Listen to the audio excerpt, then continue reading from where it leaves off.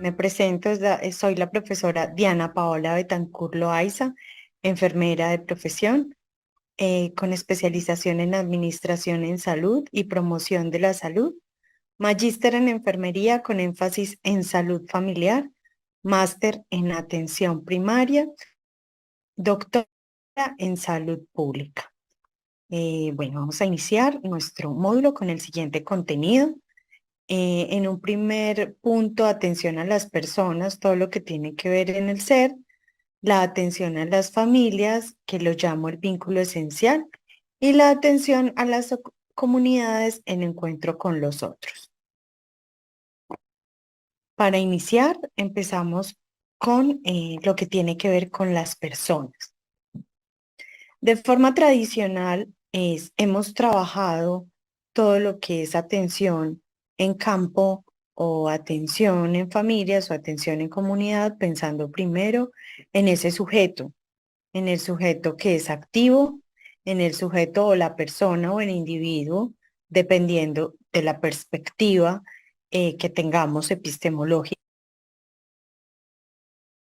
Vamos a trabajar más lo que tiene que ver con lo alternativo y de todas formas hacemos una crítica a esas visiones tradicionales que ven a esa persona o a ese sujeto como una persona receptora, receptora de información o receptora de educación.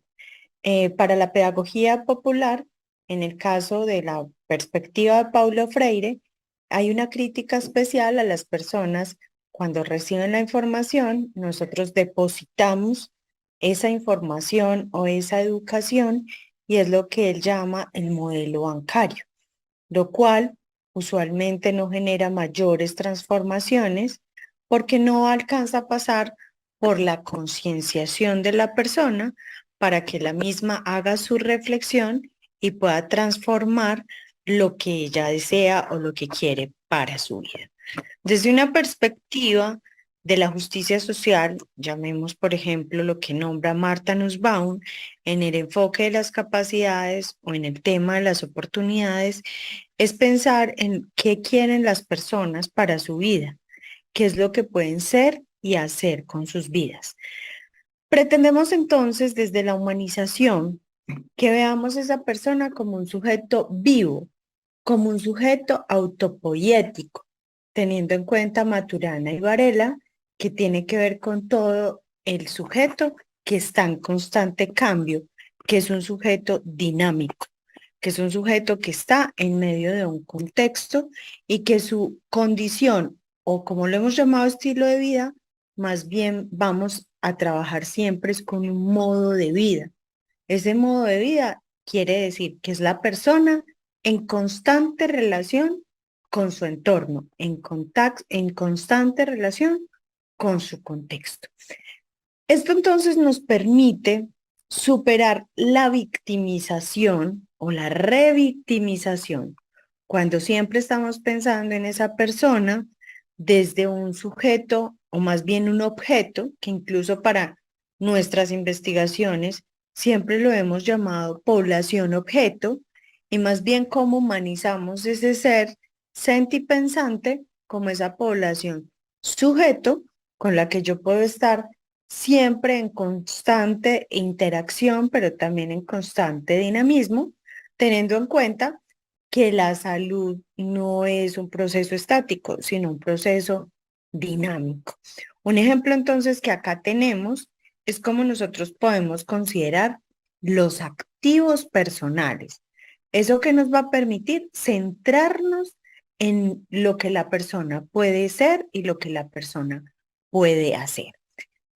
Vamos a considerar dos perspectivas. Una es la perspectiva sanológica, muy trabajada en Cuba desde el pensamiento complejo con Edgar Morin, y es como la persona puede generar planes sanológicos. Esos planes sanológicos, ¿qué quieren decir? Lo que las personas quieren transformar en sus vidas y el educador, la persona que lo acompaña, desde un enfoque muy humano, más que intervenirlo, que es una palabra muy agresiva, lo acompaña en ese proceso. Entonces, cuando lo acompaña en el proceso, la persona se siente de una forma distinta, la persona siente confianza en sí misma y va a poder avanzar en su proceso paso a paso, que cuando lo hacemos de forma tradicional, poniéndole una suerte de ejes que tenemos que trabajar, como una suerte de receta que hay que trabajar sin perder el control, y por eso es que muchas veces todo lo que llamemos control sobre el paciente no ha tenido, o sobre la persona, porque no siempre tiene que ser un sujeto que tiene algo mórbido, sino un sujeto que también puede estar sano, pues va a avanzar mucho más si él analiza su propio modo de vida y puede avanzar. Eso es desde la perspectiva sanológica, pero también encontramos una perspectiva salutogénica, que es la diapositiva que están viendo en este momento. Deviene del modelo de Antonovsky, la teoría salutogénica, es como pensar en por qué las personas que están sanas, por qué lo están. Y eso nos lleva a un cambio de perspectiva, porque regularmente hemos pensado las personas que están enfermas, ¿por qué se enferman? Y eso nos ha llevado a tener el foco casi siempre en esos factores de riesgo y en esos factores que no permiten a la persona avanzar en su bienestar, en este caso, esta perspectiva.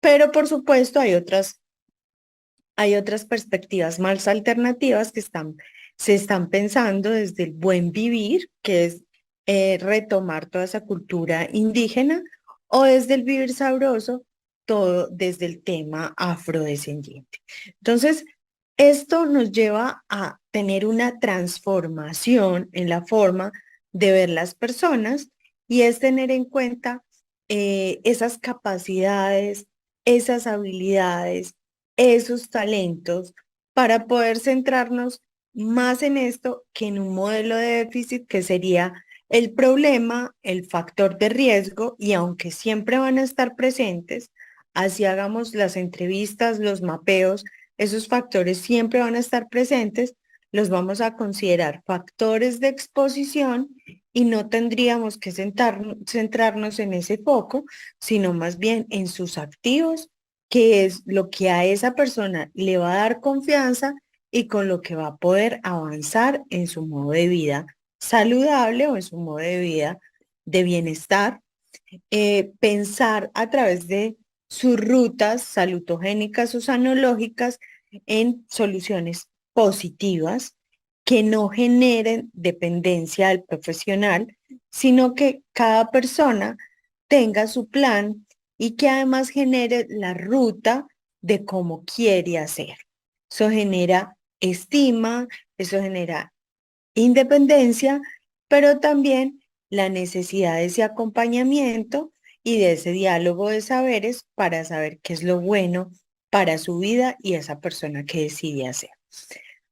Para ello vamos a necesitar siempre de equipos interdisciplinarios, de equipos de acciones intersectoriales, que, teniendo en cuenta que el ser humano tiene diferentes dimensiones, no las podríamos trabajar solo desde una perspectiva salud-enfermedad, sino que tenemos en cuenta al sujeto con todos sus determinantes sociales.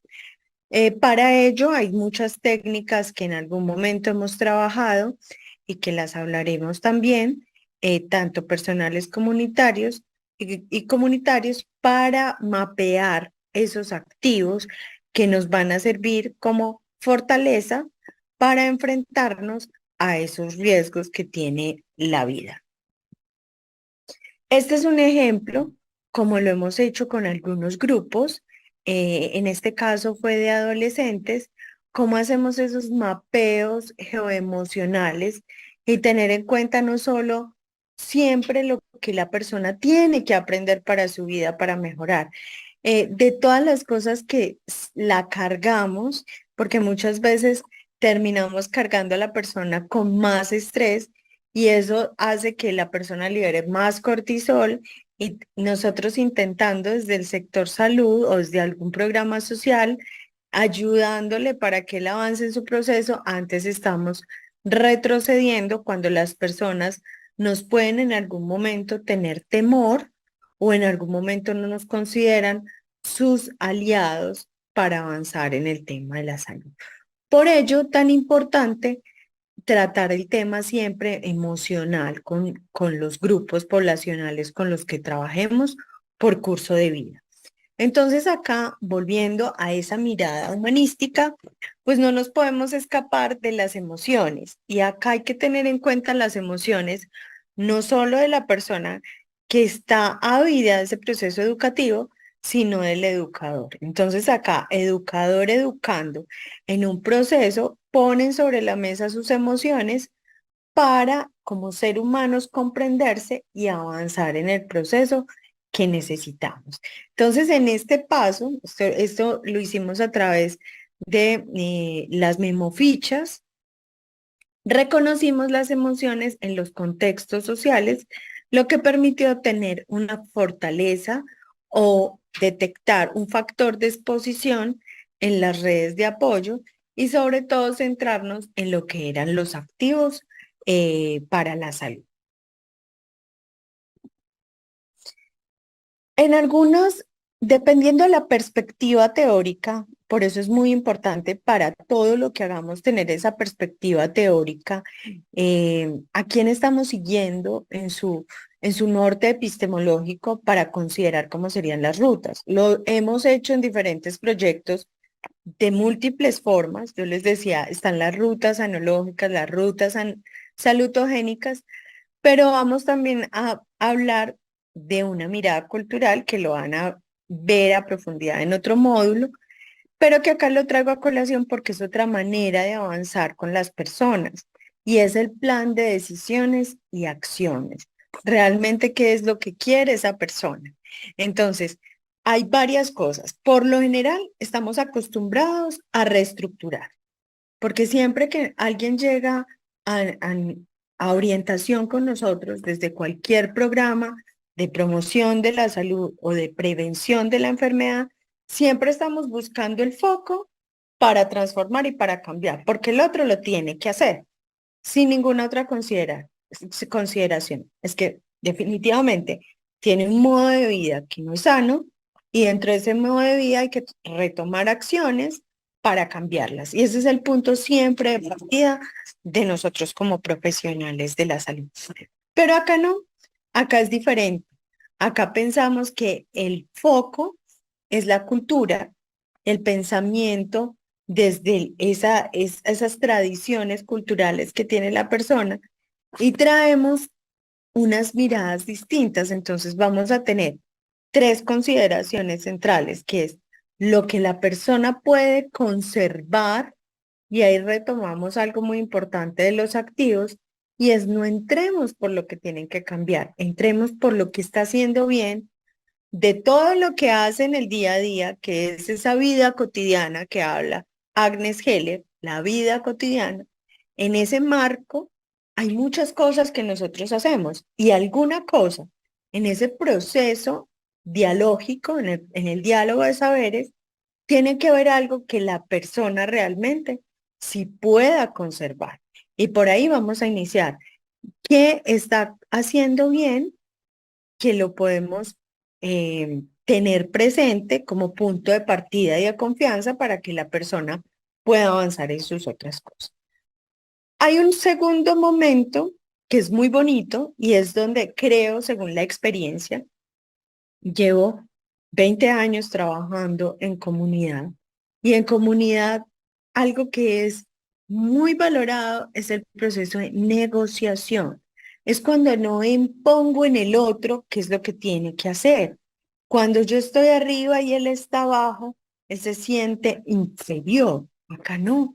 Acá hay una perspectiva horizontal donde entre humanos y en ese proceso sensible de que el otro también tiene dificultades para transformar, que el otro tiene dificultades para hacer sus cambios, para avanzar y modificar su estilo de vida, entonces vamos a hacer un proceso de negociación. Y no vamos a poner siempre esas metas tan difíciles de llevar a cabo porque no es fácil. Siempre les decimos con los equipos con los que trabajamos, es muy fácil cuando consideramos una visión homogenizante porque no tenemos en cuenta la personalidad o ese mundo, el mundo complejo de cada persona, el mundo de Juan, el mundo de Lola, el mundo de Felipe. Entonces no es bajar de internet una ruta o un plan y entregársela a todos, porque ahí no estamos considerando el sujeto como lo principal, y es que el sujeto es el foco principal. Estamos considerando el objeto, que yo bajo el plan que quiero y el otro tiene que llevarlo a cabo a rajatabla. Y ese no es un modelo de negociación.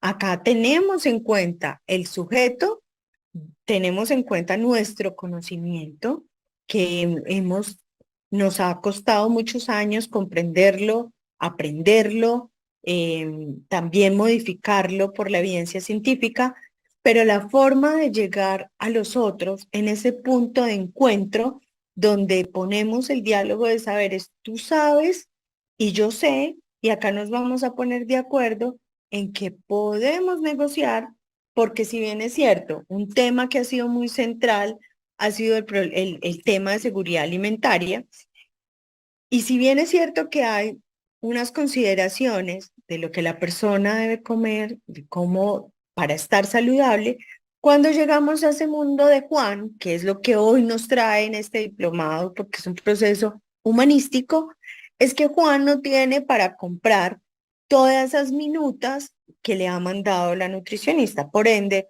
Juan, Lola, Felipe o Pedro viven en mundos diferentes y tenemos que negociar ese proceso de lo que puede ser y hacer en su vida cotidiana, que puede ser muy diferente, incluso viviendo en el mismo barrio y viviendo en el mismo contexto. Por tanto, esas perspectivas homogenizantes no nos van a ayudar en este proceso. Entonces, el proceso de negociación va a ser el grueso de este plan de decisiones y acciones. Y lo que vemos más chiquito, que pensábamos antes que era lo más importante, que era el proceso de reestructuración, se va a algo muy mínimo. Entonces, yo puedo negociar, casi el 70% de las cosas las podemos negociar, podemos conservar algunas cosas que están bien, y la reorientación es un porcentaje muy chiquitico, porque la mayoría la podemos negociar.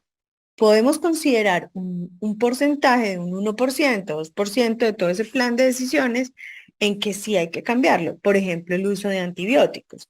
Y todo, y así pensando en que en el uso indiscriminado de antibióticos se pueda reestructurar, incluso pueda ser parte también de la negociación, porque podemos negociar esas personas que viven en familias y en comunidades, cuáles son sus creencias para que podamos reemplazar ese deseo continuo de estar, de tener un apego, una dependencia a las terapias medicamentosas, cuando ni siquiera son necesarias.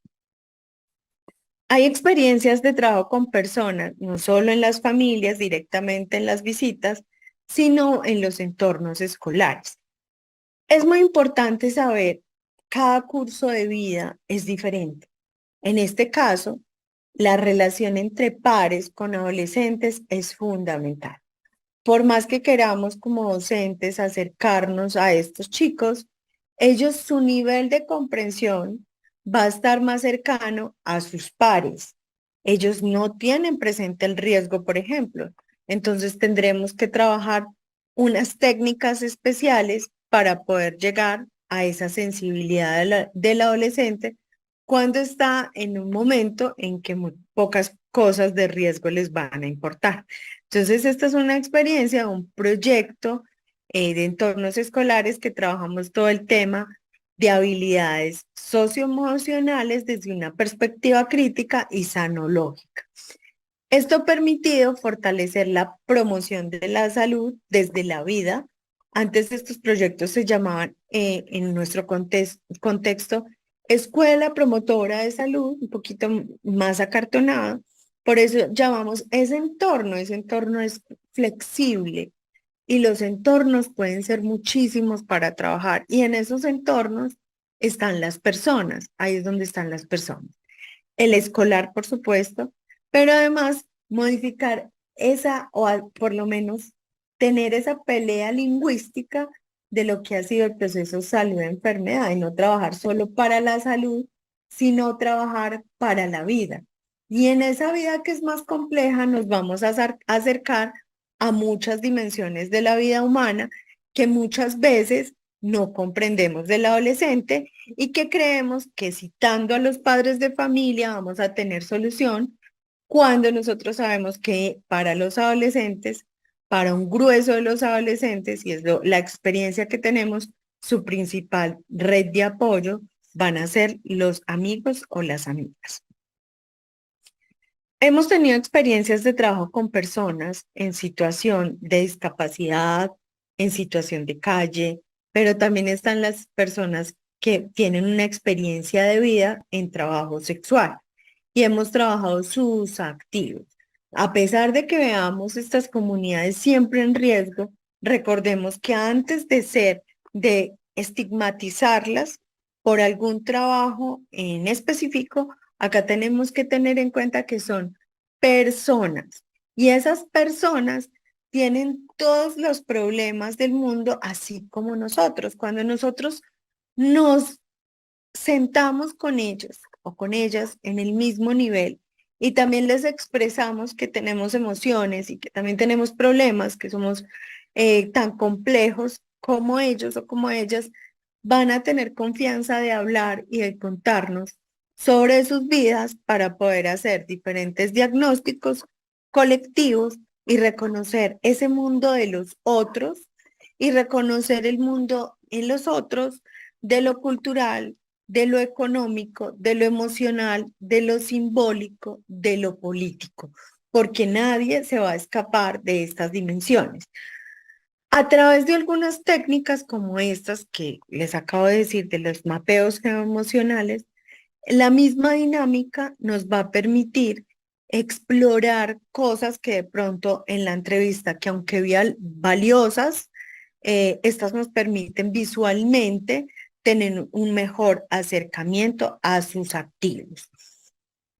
Vamos a pasar a la segunda parte, que es esa atención a las familias en ese vínculo esencial, porque esa persona, primero tenemos que comprender que hace parte de un núcleo y también desde esa visión humanística tenemos que comprender que su familia no siempre va a ser considerada con las personas que viven. Entonces, en ese proceso dialógico de comprensión y escuchar a las personas nos vamos a dar cuenta quién considera su familia. Por eso esa concepción de familia ha pasado de ser muy estática también, así como el concepto de salud, a una perspectiva muy dinámica. Incluso podríamos decir que no hay un concepto de familia, sino una concepción de las familias, teniendo en cuenta esa pluralidad.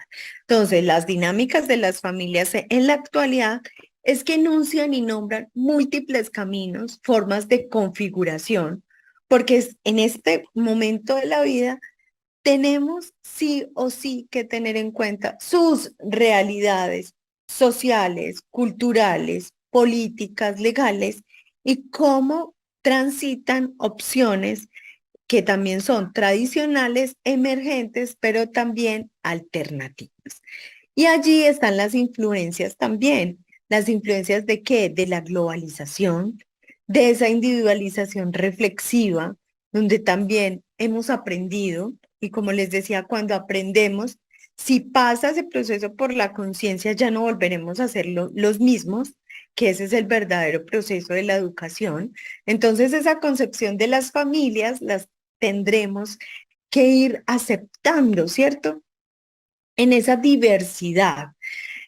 También influyen los movimientos demográficos, las fragilidades institucionales y el reconocimiento de los derechos en el marco de esa diversidad. En ese sentido, podemos decir que las familias se refieren a grupos de personas que más que vivir en un escenario, en un hogar, cuando antes decíamos son los que comparten la misma olla o la misma cocina, vamos a decir que comparten vínculos afectivos, emocionales, sociales, culturales y biológicos y se relacionan entre sí de manera interdependiente y dinámica. Ese es uno de los tantas definiciones, pero que hoy podemos contemplar desde la necesidad de ver esas familias de forma plural. La necesidad desde esa perspectiva humanística de considerar los instrumentos que hemos utilizado para valorar las familias nos lleva a hacer una reflexión profunda. Y es que los instrumentos no pueden ser el fin de nuestras visitas familiares o de nuestro acercamiento familiar. Acá es un llamado de atención para que los instrumentos sean ese puente, esa herramienta para considerar y que no veamos estos instrumentos desde una mirada funcionalista para llenarlos únicamente, sino que realmente a mí me permita considerar y mirar y analizar cómo están comportándose esas familias, pero no cómo se comportan para controlarlas, sino cómo es su dinámica de vida para apoyarlas en ese proceso de salud enfermedad o en ese proceso de lo que quieren ser y hacer en sus vidas, porque cada integrante es de las personas que hemos considerado. Tenemos en cuenta ese familiograma que nos va a llevar a ver de manera gráfica cómo está estructurada la familia, cómo son las relaciones entre sí. Y el APGAR, estos son unos ejemplos de instrumentos, pero hay muchísimos instrumentos. Y incluso la entrevista es una técnica que nos va a ayudar también en esa comprensión.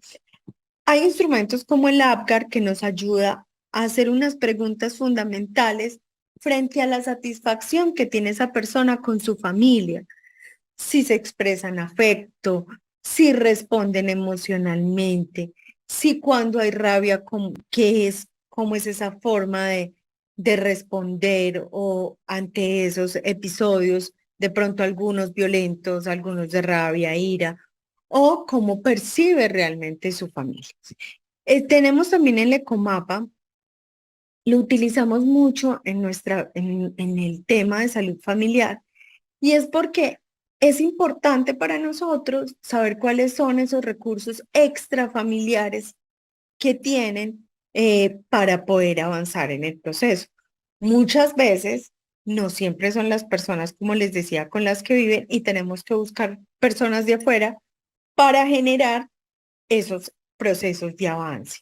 Entonces podemos encontrar recursos en el trabajo, en el sitio donde viven, en los familiares que tienen lejos, cerca, en la institucionalidad, en los amigos o en la espiritualidad con los temas de iglesia o de algún programa del cual estén participando. Hemos llamado desde un enfoque humanístico la visita familiar desde un enfoque comprensivo. Regularmente se estaba trabajando desde una mirada instrumental y tradicional. Llego a la familia, aplico unos instrumentos, les dejo listado de lo que tiene que hacer y se acabó. Esta visita desde el enfoque comprensivo nos lleva a pensar que el ser humano es importante en este proceso y que el profesional debe ampliar sus conexiones y relaciones con la comunidad e interactuar en una dinámica constante. Entonces no es solamente la visita por la visita o por cumplir, sino que realmente yo voy generando unos lazos con esas familias. Esto se va a enmarcar en el ámbito comunitario que reconoce de manera articulada y holística la presencia del todo en las partes desde ese pensamiento complejo. Se destaca la necesidad de un abordaje cultural, dado que fomenta el respeto por los saberes populares, porque en esas familias están los diferentes sujetos de cuidado, los diferentes sujetos de los cuales también yo aprendo, el otro aprende, aprendemos juntos. Hay una creación en ese proceso de un espacio de intercambio con esas personas para potenciar el manejo, sobre todo de su modo de vida. Hay una perspectiva también trabajada que son los determinantes sociales Y es como es esa relación de la familia con todo ese contexto. Las personas muchas veces no pueden tener las oportunidades de elegir dónde nacen ni elegir dónde viven. Entonces, no podemos soslayarnos de los determinantes sociales, que son esas características de las familias, las características sociodemográficas que son importantes. La interpretación y el arraigo que las familias dan a su condición de vida o a su modo de vida y a su historia fundamentan la influencia de los determinantes sociales. Es simplemente comprender sus contextos, sus realidades, sus historias, trayectorias, oportunidades de cambio y emprendimiento de cada una de las familias para poder lograr un acercamiento en lo que quieren cambiar o transformar. No nos podemos, como les decía, no nos podemos soslayar de esos contextos. Las personas muchas veces van a la consulta, pero no sabemos lo mínimo, que es que hasta qué grado estudiaron, en dónde viven. Muchas veces no sabemos las personas, les mandamos algunos medicamentos y las personas no saben leer ni escribir. Entonces no tenemos en cuenta esos factores contextuales de estas familias para poder avanzar. Acá podemos considerar también los activos, no solamente de las personas, sino los activos de la familia en consideración de la importancia que tienen los territorios, porque es fundamental considerar las familias donde viven, porque esos territorios, más que un espacio geográfico, que es el barrio, que es el estrato, son las realidades complejas. En esas realidades complejas podemos encontrar las relaciones económicas, que son los recursos que tienen en ese barrio, esas redes de conocimiento, esas redes de mercado, porque es ahí donde las personas tienen el acceso para alimentarse. Muchas veces es en la tienda del barrio donde puede comprar. Las relaciones culturales que han, no solamente tenemos muchos barrios con familias migrantes también que traen saberes y tienen tradiciones culturales de otras partes y que han tenido rupturas y que hay rupturas de lazos con sus familias, pero que también vienen con unos dolores de lo que han vivido por ese desarraigo o porque es un desplazamiento, ¿cierto? Entonces, hay que considerar estos desarraigos, estos destierros, a donde llegan nuevamente, o podemos encontrar barrios tradicionales donde siempre viven las mismas personas, pero de eso se trata de conocer los territorios. Por eso muchas veces cuando hacemos los mapeos, que no solamente son personales, sino que también conocemos la historia de donde, del barrio, ¿cierto? Entonces nos damos cuenta las familias realmente qué territorio habitan. Ese conocimiento compartido con los otros, porque es el tejido social, que puedan compartir esos talentos y habilidades y compartir la experiencia. Las relaciones de poder que siempre van a estar, no solamente en el barrio, en las familias, sino todo el tiempo hay relaciones de poder, hay conocimiento, liderazgo, visión, influencia, tiempo y las relaciones sociales, que es ese cuidado que se puede trabajar de forma colectiva, las redes vecinales, los servicios reales o potenciales, la voluntad para el cambio. Entonces, cuando hablamos de activos personales, podemos trabajar una parte de todo esta dimensión general, pero también las familias como núcleos son otro mundo. Esos activos que podemos encontrar en las familias pueden incluir todas estas relaciones que hemos dicho y que se dinamizan en los territorios y que requieren también una visión positiva, porque siempre estamos pensando en lo negativo. Tenemos experiencias de trabajo con familias en pregrados, en posgrados, encontramos ese desarrollo de la empatía, pero ahora trabajamos un concepto mucho más profundo de la empatía, que es la compasión. Entonces, más allá de ponernos en los zapatos del otro, es realmente yo comprender culturalmente cómo están dinamizadas estas familias, pero además acompañarnos en ese proceso con los equipos interdisciplinarios, generando esas relaciones de confianza mutua que beneficia a ambas partes. Recordemos que siempre tenemos que ponernos en ese territorio como personas ávidas también de conocimiento y de saber para que haya realmente una perspectiva o un aprendizaje bidireccional. En la última fase que encontramos están las comunidades. No quiere decir que tengamos que trabajar en escala, personas, familias o comunidad.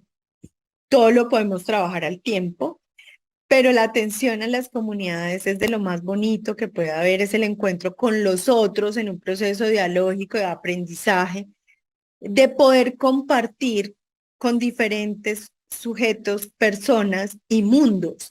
Y en ese mundo tenemos que comprender que la comunidad es importante.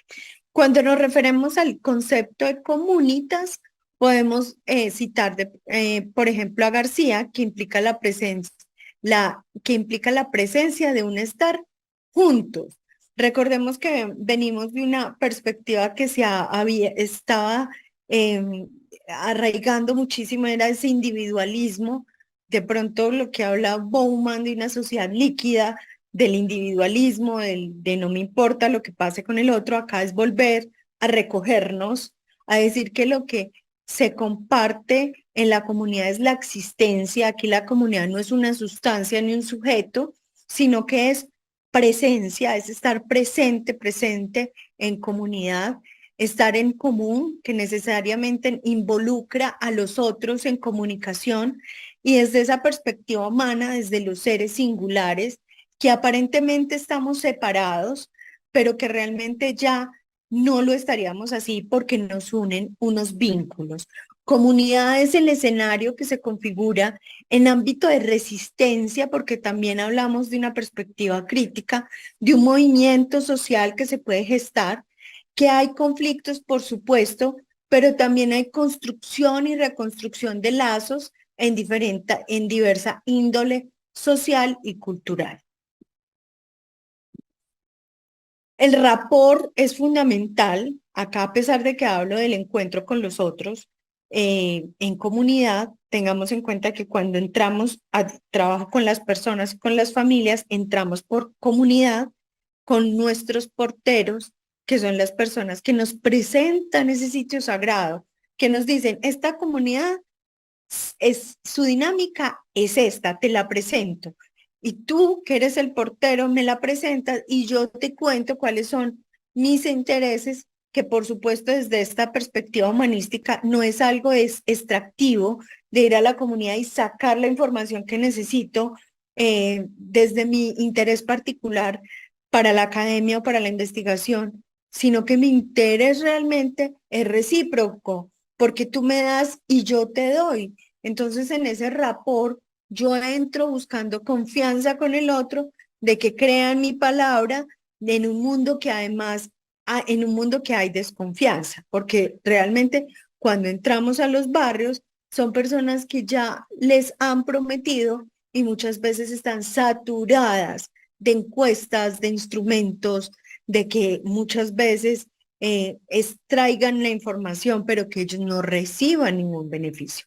Entonces, ese estado ideal de relación entre los profesionales y las comunidades debe ser favorable, pero ¿en qué se fundamenta? En la confianza y en la cooperación mutua. Entonces, acá 4 estadios para alcanzar el rapport es la aprehensión, la exploración, la activa cooperación y la participación. Iniciar el trabajo con comunidades es complejo y difícil, sí, muchas veces, pero cuando uno logra el rapport y cuando uno hace las cosas muy bien, realmente cuando llegamos a ese punto de la confianza, la comunidad misma es la que solicita que siempre estemos presentes en esos territorios. ¿Para qué?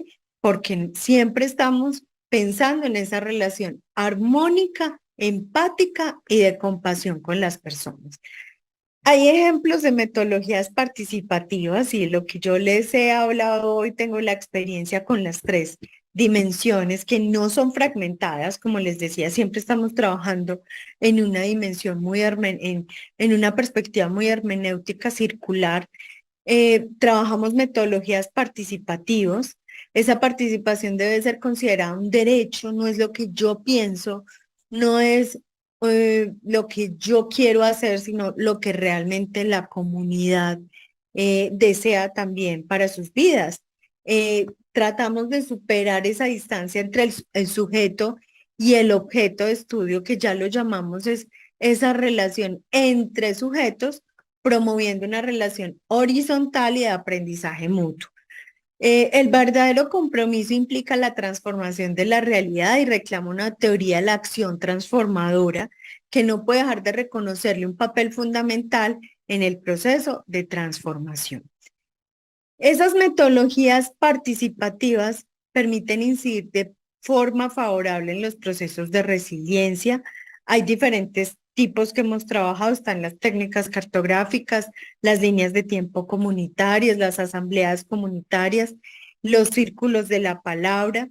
Y esa es una de las técnicas que más hemos trabajado nosotros, y es como no vamos con unas diapositivas o con algo que el otro, que yo creo que el otro necesita, sino que generamos unos espacios de comprensión y de acción, una comprensión profunda de la realidad cultural de las personas, donde son qué, procesos dialógicos de sentarnos, pero no solamente sentarnos a escuchar y hablar, sino que hay que codificar, descodificar, que esto pues para hacerlo tendríamos que estudiarlo a profundidad desde una pedagogía popular.